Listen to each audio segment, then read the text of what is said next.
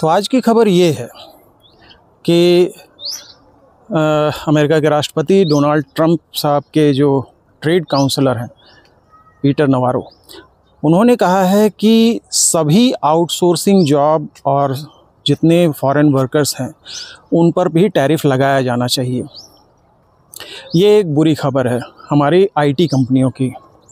हमारी जितनी आईटी कंपनियां हैं, चाहे वो टीसीएस हो, विप्रो हो, इन्फोसिस हो, टेक महिंद्रा है और हज़ारों हैं, लगभग $300 बिलियन का इनका रेवेन्यू है और उसमें से 60% से ज़्यादा, ऑलमोस्ट $220 बिलियन का जो रेवेन्यू है अकेले अमेरिका से आता है।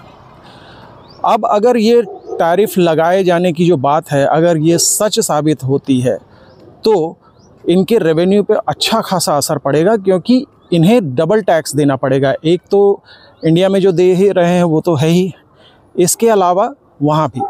तो ये जो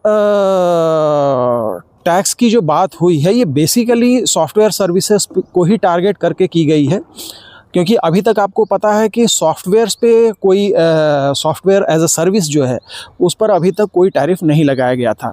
वैसे ही फार्मा पे भी डायरेक्ट कोई टैरिफ नहीं लगाया गया था। तो आईटी सर्विसेज और फार्मा ये अभी तक टैरिफ से बाहर थे। लेकिन आपको पता है पीटर नवारो साहब जो हैं ये बहुत कंजर्वेटिव हैं और उनके ट्रंप के असली दिमाग यही हैं सारे टैरिफ के खेल के पीछे।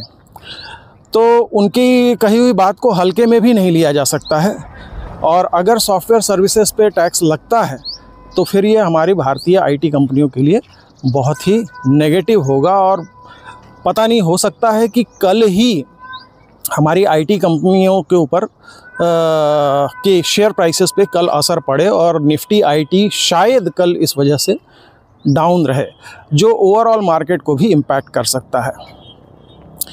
ये टैरिफ का खेल काफ़ी लंबा चल गया है और इसका नुकसान अमेरिका को भी हो रहा है, लेकिन फिर भी वो मानने को तैयार नहीं है।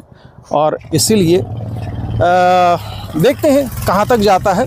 इस बारे में आपको क्या लगता है, कमेंट करके ज़रूर बताइए।